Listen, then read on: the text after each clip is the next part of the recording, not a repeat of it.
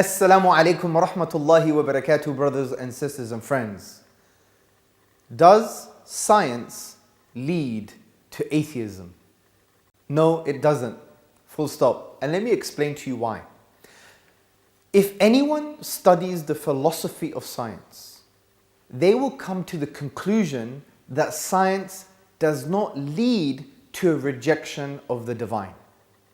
Why am I saying this? The first thing to understand is the limitations of science. One of the limits of science is that at any moment, scientists are restricted to the observations they have at hand. This is exactly what Elliot Sober, a philosopher of science, in his essay Empiricism said, and he's actually an atheist, that scientists are restricted to the observations they have at hand. Now, these can include direct observations or indirect observations. The point here is that science deals with contingent phenomena. It deals with phenomena that you can observe in some way. But God, by definition, cannot be observed in any way from the point of view that he is some kind of contingent thing. He doesn't have limited physical qualities. Rather, especially in the Islamic tradition, God is a necessary being, which within that includes that God doesn't have limited physical qualities. Science can only deal with contingent realities, not necessary realities. Things that are necessary, things that are not contingent. This is very important to understand. Another thing that you have to understand in the philosophy of science is that for a scientific conclusion to be considered scientific, it cannot refer to divine power or to divine wisdom or to divine creativity. This is called methodological naturalism. So scientific conclusions are restricted in that way, that for anything to be scientific, it cannot refer to divine power, creativity, or wisdom. This doesn't mean, though, that God doesn't exist. And this is something very important for us to understand. It is a methodological constraint.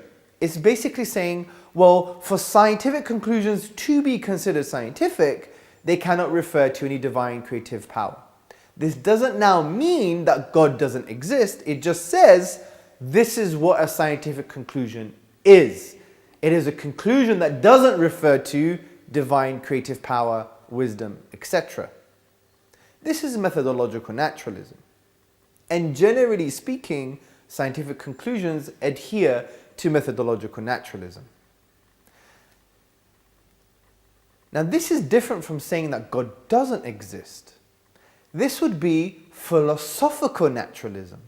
And philosophical naturalism is the worldview that there is no divine, there is no God, there is no supernatural, and everything can be explained by physical processes.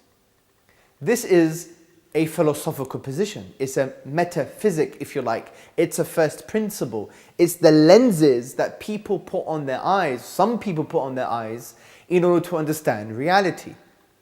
So they negate God from the beginning. This is philosophical naturalism, and it's fundamentally different from methodological naturalism. So when someone says science does lead to atheism, they are conflating methodological naturalism with philosophical naturalism. Those two things are fundamentally different. One is a constraint, it's a methodological constraint to understand what scientific conclusions are, and the other one is a worldview, a philosophy, a way of seeing the world. One negates God, the other doesn't negate God. It just says, in order for a particular conclusion to be scientific, it can't refer to God. Those two things are fundamentally different. And that's why people who claim that science leads to atheism conflate methodological naturalism with philosophical naturalism. So from this point of view, science does not lead to atheism. Now, one would argue, hold on a second, do not some scientists or philosophers use science to formulate an argument to reject God's existence? Yes, maybe they do. But that is not a scientific conclusion anymore. It's called an evidential argument. An evidential argument is not a scientific conclusion. It is a philosophical argument that uses some scientific data and tries to philosophize over that data to come to a conclusion that denies God, that denies the divine. It is not a scientific conclusion though, it's an evidential argument. And that's why when some people try and squeeze in or sneak in from the back a scientific argument to reject God, then in reality it's not a scientific argument, it's just scientific data that philosophers or thinkers or scientists use to philosophize over in order to try and form the atheistic conclusions. But that is not a scientific conclusion, it would be called an evidential argument, which is a philosophical argument. So from this point of view, you have to understand that science is relatively neutral from that perspective. It loosely adheres to methodological naturalism, which basically says for any scientific conclusion to be considered scientific, it cannot refer to divine creative power. And likewise, you can't use that conclusion to directly affirm the divine, or even to directly reject the divine. So to answer the question, does science lead to atheism? Of course it doesn't, by virtue of what we've just discussed.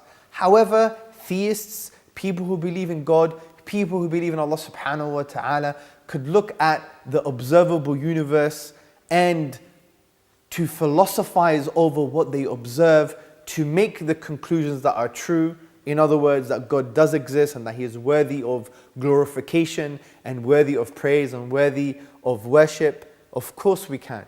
But in order for something to be scientific, then you can't refer to any divine creative power from the point of view of methodological naturalism.